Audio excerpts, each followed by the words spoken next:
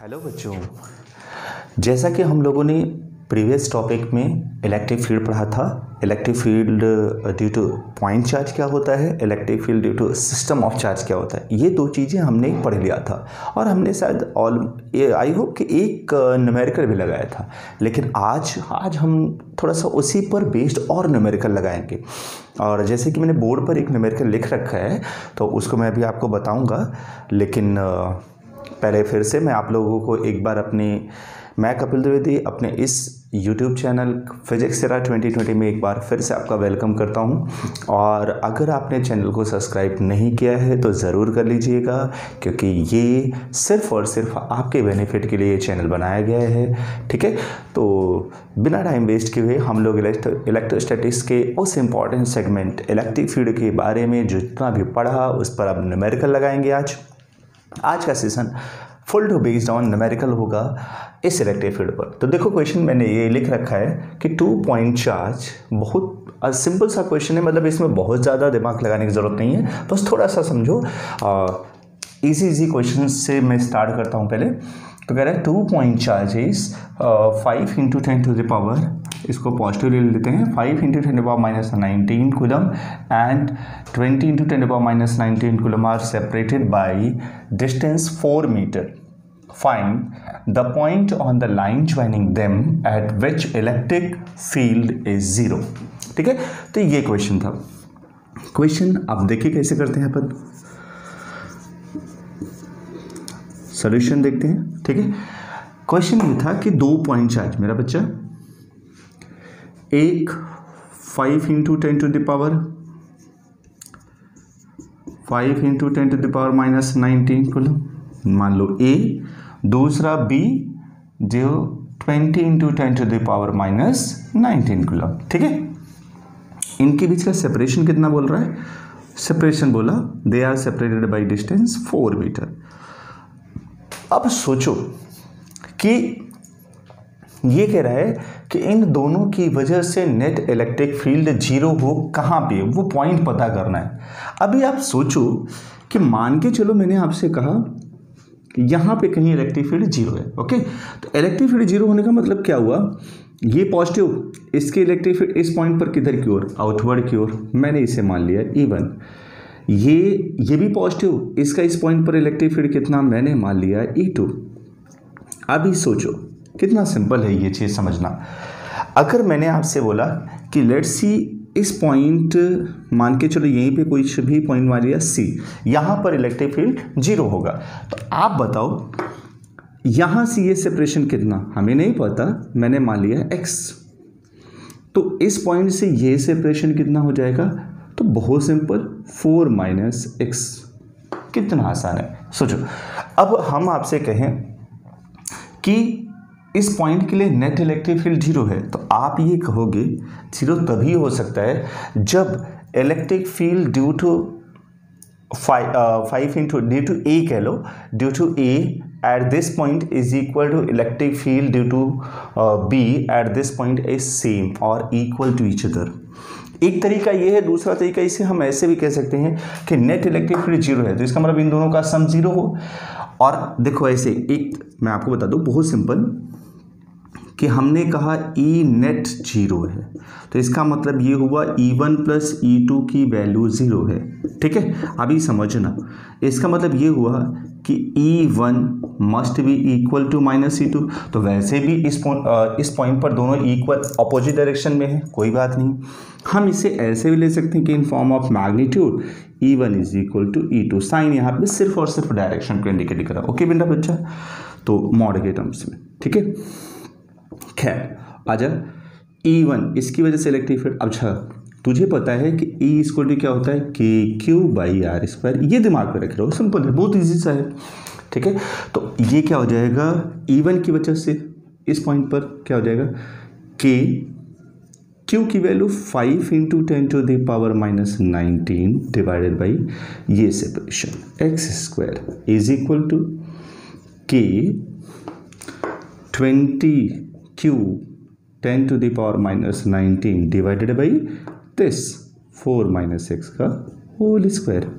सोचो, K से ये ये इससे ये गया, 5 4 जा 20, तो हम इसे ले सकते हैं 1/x², 2/4 - x का होल स्क्वायर। क्या हम इसे पूरे का स्क्वायर भी लिख सकते हैं? बिल्कुल लिख सकते हैं। सोचो क्या हो जाएगा मेरा बच्चा, स्क्वायर दोनों साइड से हट जाएगा, तो 1/x = 2/4 - x। कितना सिंपल, क्रॉस मल्टीप्लाई कर लेते हैं अपन, तो हो जाएगा 4 - x = 2x, इसको उधर भेज दो, तो 4 = क्या हो जाएगा 3x, ठीक है, और x = हो जाएगा 4/3 मीटर। सोचो कितना आसान है, x = कितना हो जाएगा 4/3 मीटर, सिंपल। इसको आप लोग नोट कर लीजिएगा, ठीक है, कोई दिक्कत वाली बात नहीं है, तो बहुत इजी है, काहे परेशान हो रहे हो, वो सिंपल सी बात। नोट कर लो जल्दी से नोट करो भाई। और देखो भी छोटा छोटा अच्छा क्वेश्चंस करा रहे हैं, अभी धीरे धीरे और अच्छे क्वेश्चंस कराएंगे, परेशान मत होना, ठीक है। ओके चलो बेटा, अब सपोज करो एक क्वेश्चन, ये तो अभी 2 पॉइंट चार्जेस की वजह से हो रहा है, ये भी एक प्रकार का सिस्टम ऑफ चार्ज है। थोड़ा सा और बड़े पे चलते हैं, एक सिस्टम ऑफ चार्ज पे ऐसे लेते हैं, बहुत सिंपल। सपोज करो एक स्क्वायर है, क्या है square, a square having charge इस पर +q, इस पर +q, इस पर -q और इस पर -q, ठीक है। इसका separation L L L L, ठीक है। मैं आपसे कहूं कि find the four identical charges +q and -q are placed at the vertex of a square of side small l, और मैं आपसे कहूं फाइंड net electric field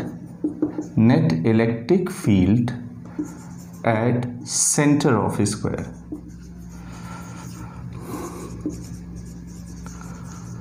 centre of square, अब सोचो कितना आसान है सेंटर ऑफ स्क्वायर पे निकलना, बहुत सिंपल। बच्चे तुझे कुछ नहीं करना है, आई होप आप लोग अपने से भी कर सकते हो, लेकिन चलो मैं ही सिखा दे रहा हूँ, अगर आपको आ जाए तो द बेस्ट, नहीं आए तो कोई बात नहीं। कुछ बच्चे किए भी होंगे, ऐसा नहीं है, बहुत इजी सा क्वेश्चन है। देख बेटा, हमें मान के चलो ये इसका सेंटर हुआ बेटे, ये सेंटर हुआ, इस सेंटर को नाम दे देते हैं कुछ भी O, ठीक है। अभी सोचो कि इसकी वजह से, प्लस की वजह से इलेक्ट्रिक फील्ड का डायरेक्शन, तो मैंने तुझे पहले ही बता रखा था कि पॉजिटिव चार्ज का इलेक्ट्रिक फील्ड हमेशा चार्ज के कैसा होता है, आउटवर्ड होता है, जबकि नेगेटिव चार्ज का इलेक्ट्रिक फील्ड चार्ज के टूवर्ड्स होता है।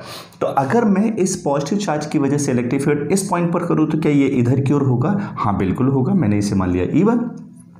इस चार्ज की वजह से इस पर किधर होगा? इधर को होगा, इसे मैंने मान लिया E2। वाह रे वाह, कितना सिंपल। अच्छा सोचो कि इस चार्ज की वजह से इलेक्ट्रिक फील्ड किधर होगा? इसी डायरेक्शन में होगा, मैंने बताया था ना, इनवर्ड होगा, नेगेटिव चार्ज है तो ये E1 ये E2।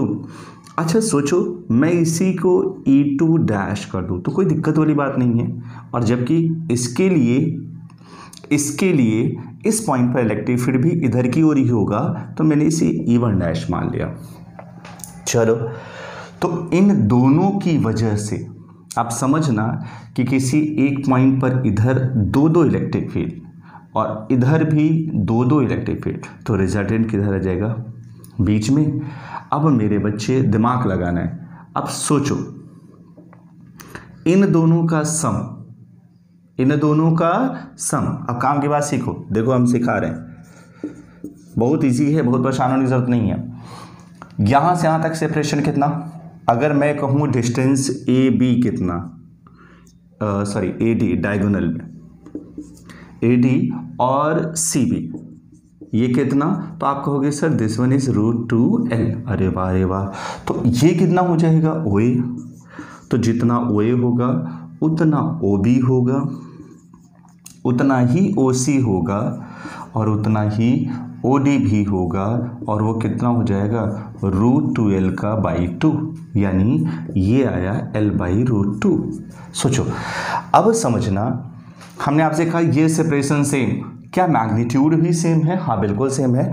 तो इसका जो इलेक्ट्रिक फील्ड आएगा, पहले E1 निकाले, E1 हो चाहे E2 हो चाहे E3 हो या मेरे बच्चे E4 ही हो, in terms of magnitude, charge का मैग्नीट्यूड सेम है, सेपरेशन का मैग्नीट्यूड सेम है, तो इलेक्ट्रिक फील्ड भी सेम होगा। ये दिल दिमाग पे अपने बैठा लेना। तो E4 कितना हो जाएगा? जनरली कुछ नहीं, KQ बाई सारे के मैग्नीट्यूड सेम, तो L/√2 का होल स्क्वायर। ठीक है, कितना हो जाएगा मेरा बच्चा? KQ बाई इसका L स्क्वायर √2 का स्क्वायर 2 ऊपर चला जाएगा। ठीक है, यानी सबके लिए इलेक्ट्रिक फील्ड इतनी आ गई। आपने ये देखा कि इन दोनों का मैग्नीट्यूड सेम है मेरे बच्चे, यानी अगर हम इन दोनों के सम की बात करें, तो बच्चा इधर वाला नेट इलेक्ट्रिक फील्ड कितना हो जाएगा? तो इधर वाला हो जाएगा, देखना, ये हो जाएगा E2 प्लस E2 डैश, और इधर वाला क्या हो जाएगा? E1 प्लस E1 डैश, और इधर का नेट इलेक्ट्रिक फील्ड कितना हो गया? E। और आपको पता है कि दोनों डायगोनल, किसी भी स्क्वायर के डायगोनल्स हमेशा कितने डिग्री पर इंटरसेक्ट करते हैं? 90 डिग्री पर। तो यानी इनके बीच का ये एंगल कितना हो जाएगा? 90 डिग्री। कितना हो जाएगा? 90 डिग्री। तो अगर मैं कहूँ मेरे बच्चे, ध्यान से सीखियो, नेट इलेक्ट्रिक फील्ड कितना आएगा? E। तो ये हो जाएगा, इसे कह सकते हो resultant electric field eight O। इस पर डाउनवर्ड डायरेक्शन में रिजल्टेंट इलेक्ट्रिक फील्ड आएगा इधर को। तो चलो क्या हो जाएगा, अगर मैं इसे कुछ भी मान लूँ, इसे अरे लिख लो, E2 प्लस E2 डैश का whole square plus E1 plus E1 dash का होल स्क्वायर। अरे 90 डिग्री पर इंटर वो कर रहा है, तो इसका स्क्वायर प्लस इसका स्क्वायर। चलो, और आप देख रहे हो सबके मैग्नीट्यूड आपस में सेम है मेरे बच्चे, तो क्या हो जाएगा? तो आप देखोगे यही चीज़ बाहर आ जाएगा, ये हो जाएगा √2KQ। तो 2 इसका भी, तो ये कितना हो जाएगा? 4KQ बाई L स्क्वायर का whole square, 4KQ by L square का होल स्क्वायर। तो क्या हो जाएगा? 4KQ स्क्वायर, कॉमन लेके बाहर कर लें क्या? ओके, तो हो जाएगा 4KQ बाई L स्क्वायर √2, यानी इसे शॉर्ट फॉर्म में 4√2KQ बाई L स्क्वायर। ये हो जाएगा हमारा E नेट। ठीक, कोई दिक्कत वाली बात नहीं है। सोचो कितना आसान है, नोट कर लो फटाफट। ठीक है, अब हम लोग ये सारे क्वेश्चन जो हम आपको करा रहे हैं, बेसिकली ये एक सुपर पोजिशन का कॉन्सेप्ट है जो मैंने आपको बताया था, सिस्टम ऑफ चार्जेस के लिए इलेक्ट्रिक फील्ड है। ठीक है, तो फटाफट करो। चलो अच्छी बात है, नोट कर लिया, वेरी गुड। सोचो कितना आसान है, आप लोग फर्जी का परेशान रहते हो, थोड़ा थोड़ा देखते जाओ, बहुत इजी है। फिजिक्स के न्यूमेरिकल्स को समझना, लगाना, सब कुछ। आओ, सपोज करो मैं आपको एक क्वेश्चन दूँ, ठीक है, मज़ेदार क्वेश्चन, बढ़िया इजी है, ऐसे क्वेश्चंस मिल जाते हैं रिफ्रेशर बुक्स में। ठीक है, अगर आ जाए तो कभी कंफ्यूज मत होना। ठीक है, सपोज करो मैंने आपसे बोला कि एक ट्रायंगल, ठीक है मेरा बच्चा, एक ट्रायंगल, इस ट्रायंगल पर सपोज करो यहाँ मैंने रखा +4 μc 4 माइक्रोकूलम का चार्ज, इस पर रखा -2 μc 2 माइक्रोकूलम का चार्ज, और इस पर रखा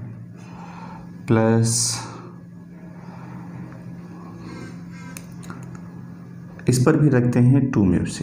चलो 2 म्यू। अब अगर मैं आपसे कहूँ, सीखना और समझना मेरे बच्चे, कि अच्छा एक काम करते हैं, इस पर चार्ज ना रखें, यहाँ रख लेते हैं। ये पॉइंट मान लो A, ये B, ये C और ये मान लिया D। इनके बीच का ये सेपरेशन मैं मान ले रहा हूँ कितना, 1 मीटर, और ये मैंने मान लिया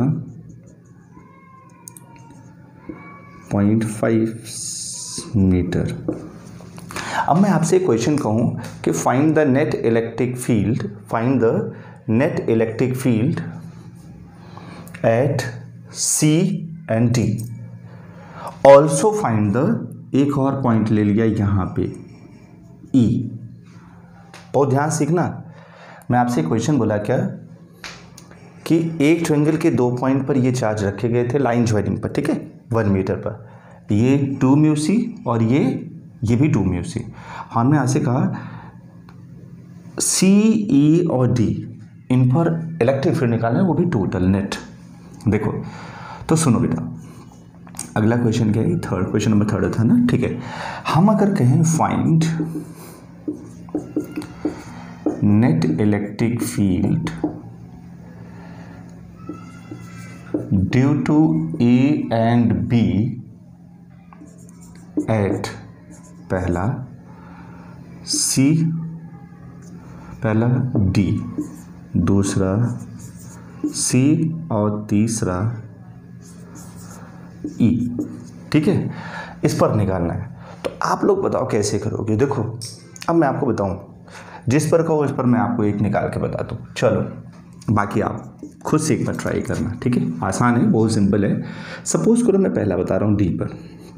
अब आप बताओ ये पॉजिटिव, इसका इस पर इलेक्ट्रिक फील्ड किधर, आउटवर्ड। E की वैल्यू A की वजह से electric field at D due to A, ठीक है। और यहीं पर B की वजह से इलेक्ट्रिक फील्ड किधर होगा, inward due to B, right बेटा। अगर मैं कहूँ, देखना बेटे बच्चे, electric field at D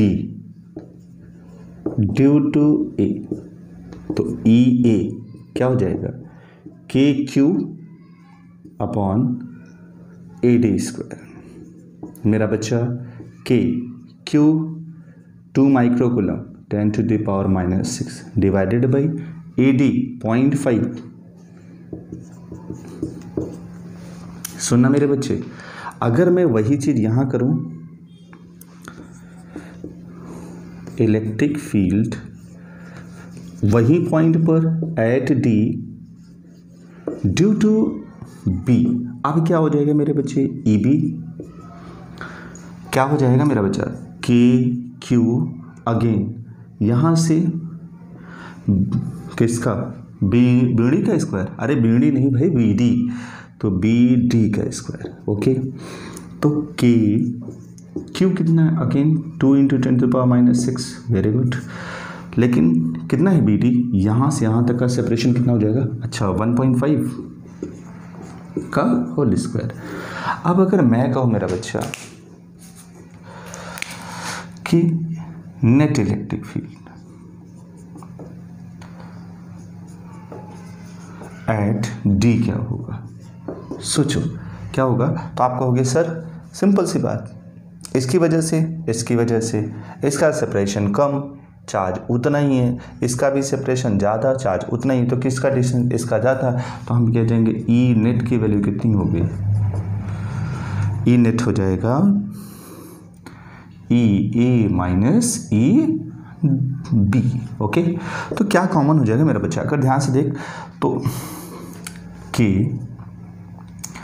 2 × 10⁻⁻⁶ by 0.5 का स्क्वायर, फिर माइनस कितना हो जाएगा,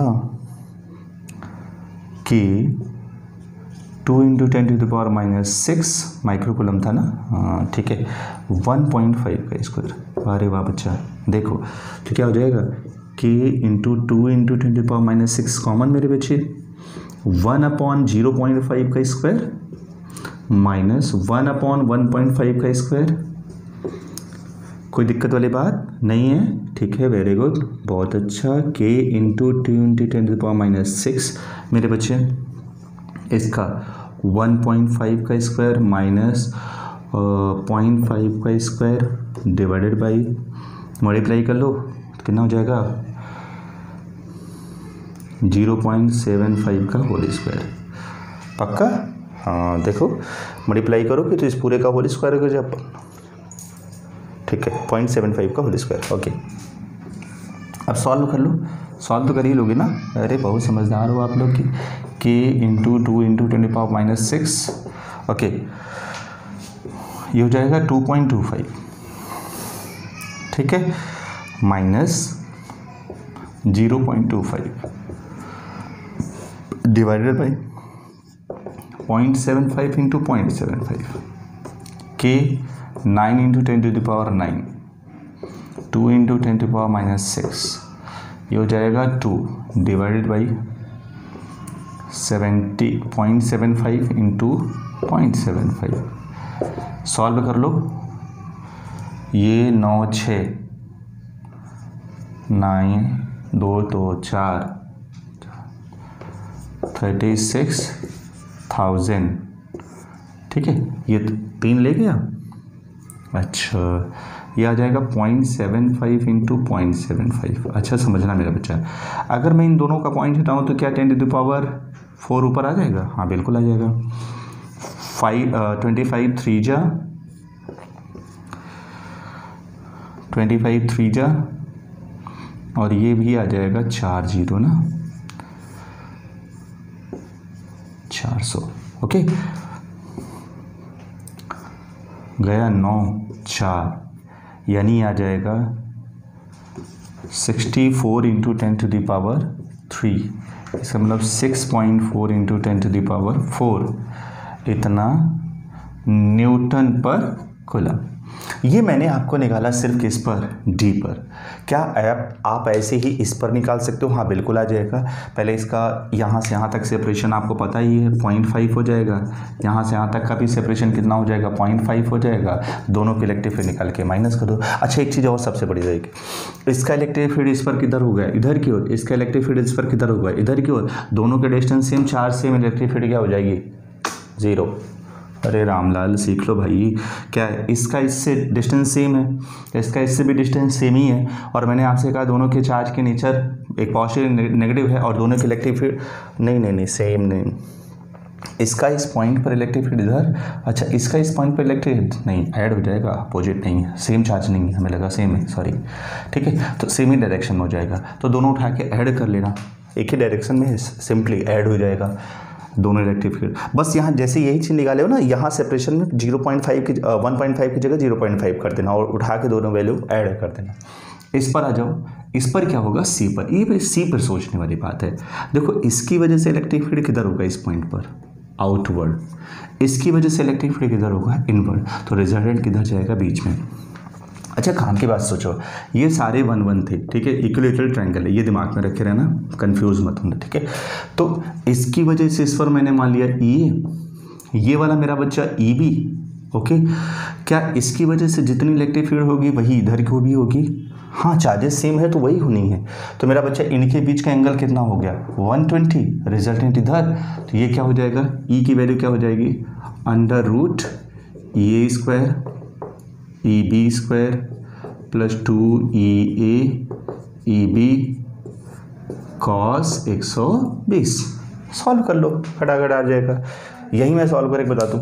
देखो जितना सेपरेशन यहाँ से यहाँ तक उतना ही सेपरेशन यहाँ से यहाँ तक, और चार्ज भी सेम है, इलेक्ट्रिक फील्ड के मैग्नीट्यूड आपस में क्या हो गया? सेम। तो फिर रखो ना वैल्यू, आराम से आ जाएगा, ठीक है। ये करना आप लोग करना, आपके लिए छोड़ रहा हूँ, ठीक है। बाकी तो समझ में आ ही गया, कोई दिक्कत वाली बात नहीं, नोट कर लीजिए प्रॉपरली पहले एक बार, ठीक है। ओके फाइन, देखिए रब कर दे रहा हूँ, इसके और अच्छे क्वेश्चंस करा रहे हैं हम आपको, परेशान मत होना, बहुत अच्छे कॉन्सेप्ट सिखाऊंगा मैं, इसके कईयों केसेस सिखाऊंगा।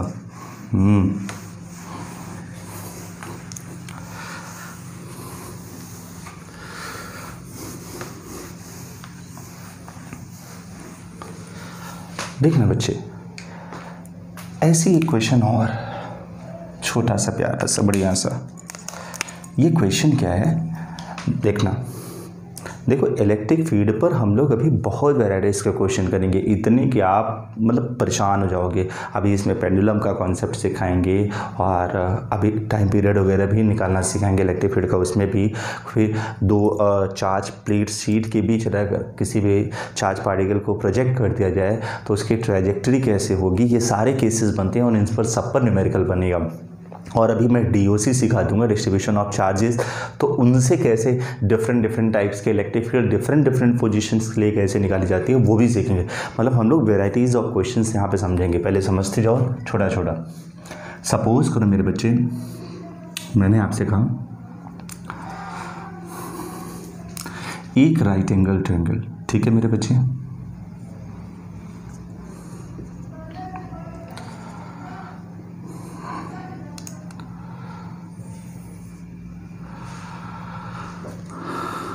अगर मैं आपसे कहूं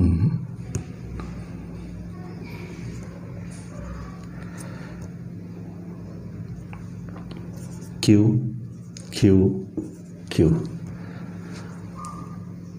इसके जस्ट मिड पॉइंट पर, ये मान लिया L, ये भी L, तो अगर मैं आपसे कहूं कि इस पॉइंट C पर इलेक्ट्रिक फील्ड क्या होगा, फाइंड, क्वेश्चन है बहुत easy, find net electric field eight C। सोचो, अगर मैं ऐसा क्वेश्चन आपसे पूछूं और सेम सिचुएशन, सेम चीज़ें, सेम नेचर, आप बताओ क्या होगा। अच्छा दिमाग लगाओ, बहुत सिंपल है। जैसे मैंने कहा कि इसकी वजह से इस पर इलेक्ट्रिक फील्ड किधर होगा, नो डाउट इधर की ओर होगा। इसकी वजह से इस पर इलेक्ट्रिक फील्ड किधर होगा, इधर की ओर होगा। तो अब बात अगर मैं कहूँ, ये ड्यू टू पॉइंट दे दो ABC, ये वाली जो इलेक्ट्रिक फील्ड इधर को होगा E ड्यू टू C, ये वाला E ड्यू टू B, तो क्या ये इलेक्ट्रिक फील्ड कैंसिल आउट हो जाएंगे? हाँ बिल्कुल हो जाएंगे, दोनों एक ही तरफ से। लेकिन अब बात बची इस वाले की, ये कितना होगा। अब दिमाग लगाओ कि अगर ये L, इधर का कंपोनेंट कितना हो जाएगा, एंगल के रिस्पेक्ट में ले लो तो कितना हो जाएगा बताओ। तो क्या ये हो जाएगा L L L L L, अगर मैं इसे थीटा मान लूँ, 45 है, वैसे भी 45 डिग्री बनाएगा, तो क्या मैं ये कह दूँ ये L cos 45 हो जाएगा? हाँ बिल्कुल हो जाएगा। अच्छा, इसके रिस्पेक्ट में L sin 45 भी हो सकता है। ठीक है,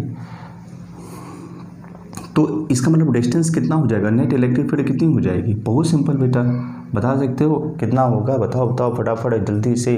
तो आप देखो ना कितना हो जाएगा डिस्टेंस। अगर इतना हो जाएगा तो हम कहेंगे KQ by this distance L cos 45 का होल स्क्वायर, यानी simple KQ by L by √2।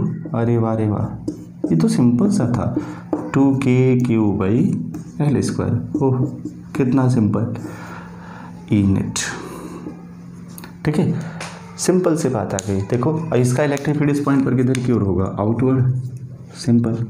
कुछ लोग इसे sin 45 के रिस्पेक्ट पे भी निकालेंगे, आप चाहे जैसे निकालो आएगा सेम ही। ठीक है, क्योंकि वो मैंने आपसे पहले बताया था कि अगर कोई 45 डिग्री के एंगल पर सेपरेट होता है तो साइन और कॉस दोनों के कंपोनेंट आपस में क्या होते हैं, सेम। और अगर सेम होंगे तो हम लोग इसको इस तरीके से भी कर सकते हैं। ठीक है, ओके, रब करते हैं। चलिए, वेरी गुड, अच्छी बात है। सोचो, ये क्वेश्चन तो आप लोगों ने कर लिया। ऐसे क्वेश्चंस आसान आएंगे और आप लोग आसानी से इसे कर भी जाओगे, इसमें दिक्कत नहीं है। चलिए आज हम आपको कुछ और तरीके के क्वेश्चंस कराते हैं। क्वेश्चन कुछ ऐसे, देखिए आज मैं आपको एक केस कराता हूँ, बहुत काम की बात। केस नंबर 1, फिर उसके बाद धीरे धीरे सारी चीज़ें सिखाएंगे।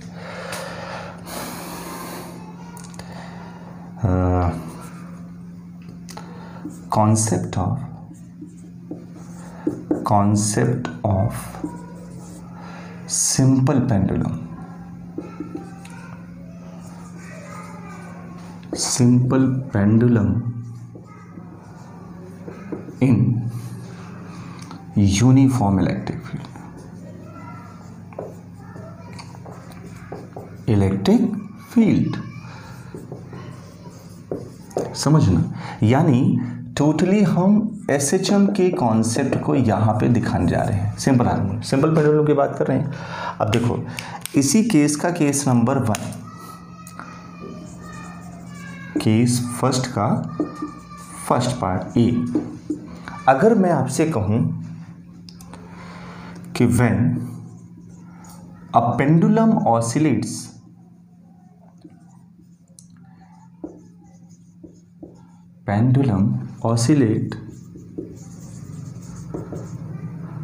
in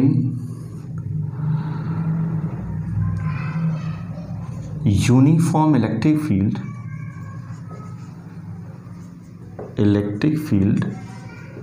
directed upward। सुनना मेरा बच्चा, दिमाग लगाओ, बहुत सिंपल है बच्चे, इसमें क्वेश्चन बहुत अच्छे बनेंगे भी। एक पेंडुलम है, ये ऑसिलेशन कर रहा है और ऐसी जगह ऑसिलेट कर रहा है जहां इलेक्ट्रिक फील्ड किधर की ओर डायरेक्टेड है, अपवर्ड, ऊपर की ओर। अभी आप समझो कितना सिंपल है। सपोज करो ये पेंडुलम जो यहाँ पहुंचा, इस चार्ज पाड़े ए चार्ज पेंडुलम, क्यू मास कितना है एम, मेरा बच्चा इसका वेट mg डाउनवर्ड डायरेक्शन में, इस पर एक फोर्स ऊपर की ओर लग रहा होगा क्योंकि उस डायरेक्शन में इलेक्ट्रिक फील्ड है, तो नो डाउट वो फोर्स कितना लग रहा होगा, QE। कितना लग रहा होगा, QE। तो अगर मैं आपसे कहूं कि ये इसकी लेंथ L मान ले रहे हैं, ये एंगल मान लिया थीटा, ठीक है। तो अगर मैं आपसे कहूं वो ऐसी इलेक्ट्रिक फील्ड में ऑसिलेट कर रहा है जहां इलेक्ट्रिक फील्ड का डायरेक्शन किधर है, अपवर्ड डायरेक्शन में, तो ऐसे केसेस में हम लोग निकालते हैं इफेक्टिव एक्सेलरेशन। क्या निकालेंगे, इफेक्टिव एक्सेलरेशन। और बहुत सिंपल सी बात है, देखो जनरली हम लोग क्या पढ़ते हैं, हम लोगों ने आपको मैं बता रखा हूँ पहले से, टाइम पीरियड वैसे जनरली सभी लोग जानते हैं T=2π√L/g। हमें पता है या तो L बदले या तो G बदले, दो में से एक बदलता है। हमने कहा L ये कह सकते हो टाइम पीरियड का वेरिएशन किसके ऊपर डिपेंड करता है, लेंथ और एक्सेलरेशन ड्यू टू ग्रेविटी पर। लेकिन हमने देखा कि लेंथ तो बदलने वाली है नहीं क्योंकि इन स्ट्रेचेबल स्ट्रिंग है, कोई बात नहीं। अब तो बदलने के चांस सिर्फ और सिर्फ किसके होते हैं, एक्सेलरेशन ड्यू टू ग्रेविटी के। अच्छा एक चीज़ ऐसे सोचो, एक ग्रेविटी नीचे की ओर, दूसरा फोर्स उस पर लग रहा है ऊपर की ओर, तो आप अपने दिमाग से बताओ कि जी की वैल्यू बढ़नी है कि घटनी है। तो एक नीचे फोर्स एक्सेलरेशन वेट की ओर वजह से लग रहा है, दूसरा फोर्स ऊपर की ओर लग रहा है। आप बताओ कि एक फोर्स नीचे एक फोर्स ऊपर, तो क्या रिजल्टेंट कुछ ना कुछ चेंज होगा? हाँ बिल्कुल चेंज होगा। कितना हो जाएगा? तो बहुत सिंपल, देखना effective acceleration due to gravity मेरा बच्चा कितना आसान है, ये हो जाएगा G effective is equal to weight, actual weight यानी actual G, actual acceleration minus effective. और अच्छा ऊपर वाले से कैसे निकालेंगे, सोचो ये किसकी वैल्यू है, तो आपने कहा सर ये फोर्स की वैल्यू है। अब सीखना मेरा बच्चा, F is equal to QE, FMA is equal to QE, तो A इज इक्वल टू कितना हो जाएगा, QE/m, यानी अपवर्ड एक्सेलरेशन कितना है, QE/m। तो ये हो जाएगा, देखो इससे एक शॉर्ट फॉर्म में हम आपको बता दें, ये जो इफेक्टिव एक्सेलरेशन निकालते हैं इसको निकालते कैसे हैं, मैं बता दूँ इसको। अपीयरेंट वेट इसे कह सकते हो, अपीयरेंट वेट यानी M × G effective is equal to actual weight माने mg माइनस अपीयरेंट फोर्स माने F, और F कितना था, अगर वहाँ से निकालें तो ये हो जाएगा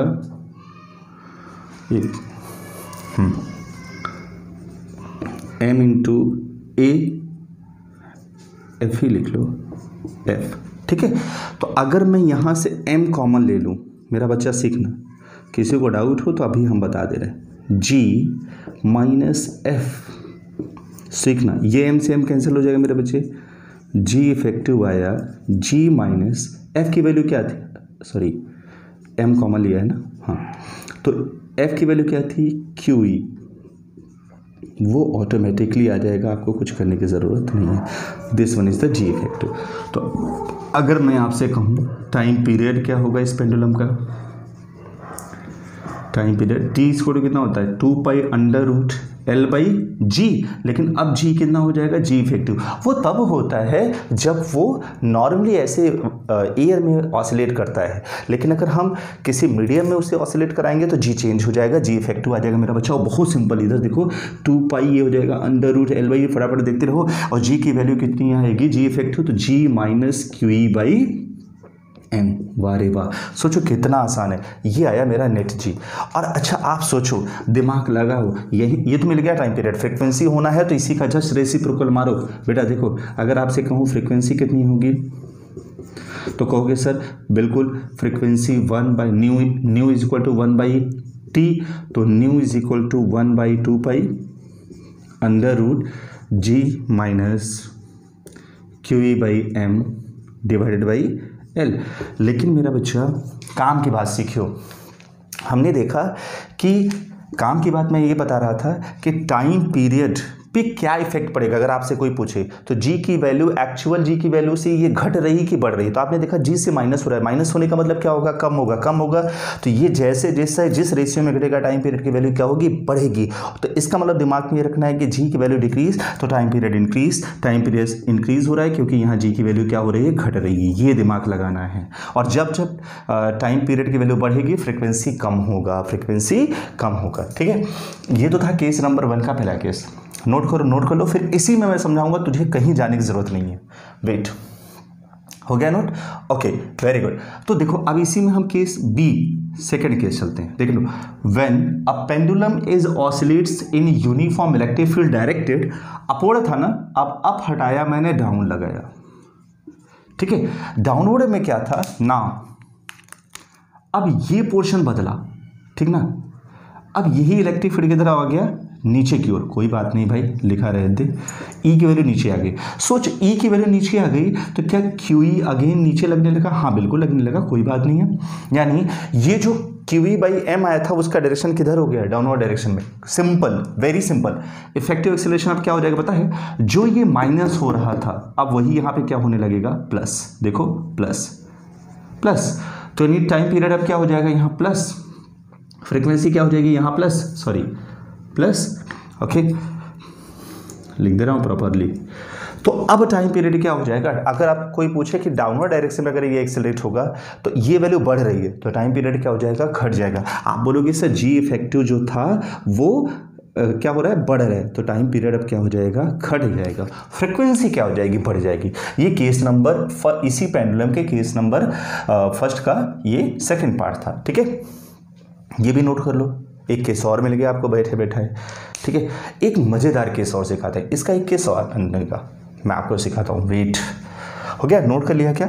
अच्छी बात है, वेरी गुड, बहुत सिंपल, बहुत आसान, वेरी गुड, बहुत अच्छा है बेटा। चलो सीखते हैं। क्वेश्चन कुछ ऐसा है, सेम क्वेश्चन है, आप ना मतलब केस सेम है, क्वेश्चन क्या अभी केस ही करा देते हैं। इसे देखो, एक चीज़ मैं बता दूं आपको, जितने केसेस मैं कराऊंगा यहाँ पे, ये आपको बखूबी ध्यान रखना है कि जितने भी अपना हम यहाँ पे केसेस कराएंगे वो केसेस सारे के सारे समझ लो उतने वेराइटीज़ ऑफ न्यूमेरिकल हम यहाँ पे लगा रहे हैं। मतलब केस आपको यहाँ पे बेसिकली क्या रिप्रेजेंट कर रहा है? एक वेरिएबल टाइप्स का न्यूमेरिकल। अगर आप सोचो मेरे बच्चे कि इन्हीं सब में मैं इस बॉब का मास दे दूँ, चार्ज दे दूँ, तो क्या आप टाइम पीरियड नहीं निकाल सकते हो? क्या कहते हैं इलेक्ट्रिक फील्ड दे दूं, तो आप यही सब चीज़ें यहाँ पे फाइंड आउट करोगे। ठीक है, तो ये सब चीज़ें जान लो कि जितने मैं वेराइटीज ऑफ केसेस करा रहा हूँ वो समझ लो एक टाइप का न्यूमेरिकल है। तो firstly you would have to focus on cases and then you solve numerical, right.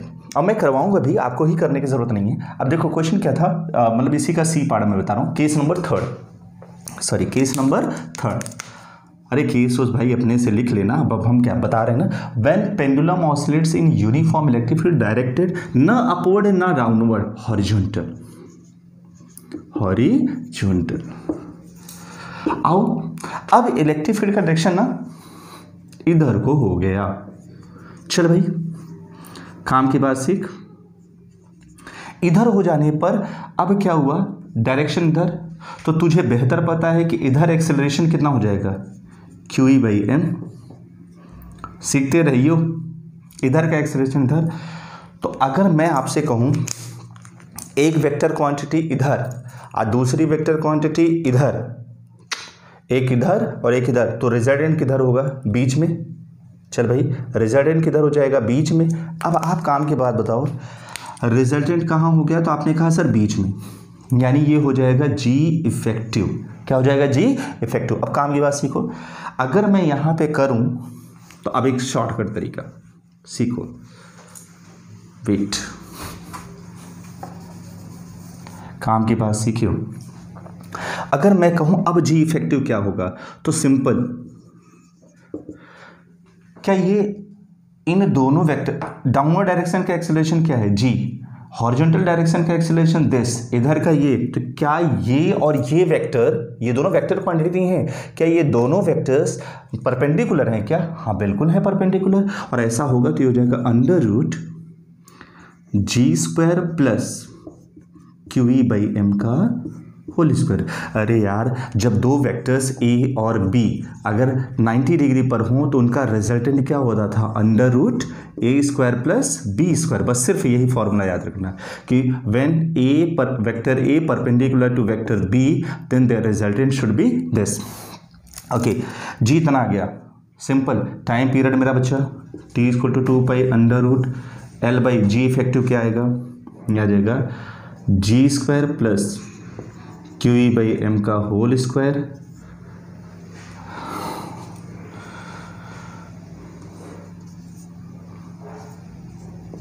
पूरे की पावर 1/2। ठीक है, पूरे की पावर 1/2। यहाँ पे भी यही हो जाएगा, G² QE/m का होल स्क्वायर पूरे की पावर 1/2, अंडर रूट के अंदर ही रहेगा अपॉन L। ठीक, ऐसे क्वेश्चन भी, ये अगला केस हो गया, केस नंबर 3। ठीक है बेटा, आज तो हम लोगों ने इतना पढ़ा, इसको इतना समझा, ये एक बार फिर से आप लोग फोकस कर लीजिएगा, नोट कर लीजिएगा, बहुत आसान है। मैंने ये कहा कि ये दोनों एक्सेलरेशन परपेंडिकुलर थे एक दूसरे पर, तो रिजल्टेंट क्या हो जाएगा, √A² प्लस B², वही उठा के वहाँ पे रखा है बस। ठीक है, तो आज का सेशन यहीं तक, ये पेंडुलम का केस सीखा है, इसके बाद हम ट्रैजेक्टरी वाले केसेस सिखाएंगे आपको नेक्स्ट टर्म पे। सो आज के लिए thank you so much for watching my video. और मैं इतना कहूँगा कि आप लोग अगर सब्सक्राइब नहीं किए हो तो प्लीज़ आप इसे सब्सक्राइब करें, शेयर करें, लाइक करें, बेल आइकन दबाना मत भूलिएगा, जिससे हमारे अपकमिंग वीडियोस आपको अवेलेबल होते रहें। और सबसे एक बड़ी बात, अभी कुछ गार्जियंस का मेरे लास्ट 2 और 4 डेज़ में फ़ोन आया कि उनके घर में 9th-10th के भी बच्चे हैं, तो वो भी चाहते थे कि अगर कुछ ऐसा चीज़ें उन्हें मटेरियल अवेलेबल हो जाए। खैर नो डाउट, अगर मैं देखूँ तो यूट्यूब पर एक नहीं 1000 ऐसे चैनल्स हैं जिनके जो 9th-10th के ये सब निकालते हैं। बट अगर उनकी डिमांड है तो आई विल ट्राई कि मैं 9th-10th की भी वीडियोज़ अवेलेबल कराऊँ 1-2 दिन के अंदर, और मैं खुद आपको पढ़ाऊँगा 9th-10th। तो बच्चों, मैं आपके बीच में भी आ रहा हूँ 9th-10th वाले बच्चों। सो कोशिश करिएगा चैनल को सब तक पहुंचाइए जिससे उनको मिल जाए। और 11th वाले बच्चों के टॉपिक्स मैं कुछ दिन में शुरू करने वाला हूं। ठीक है, थैंक यू सो मच।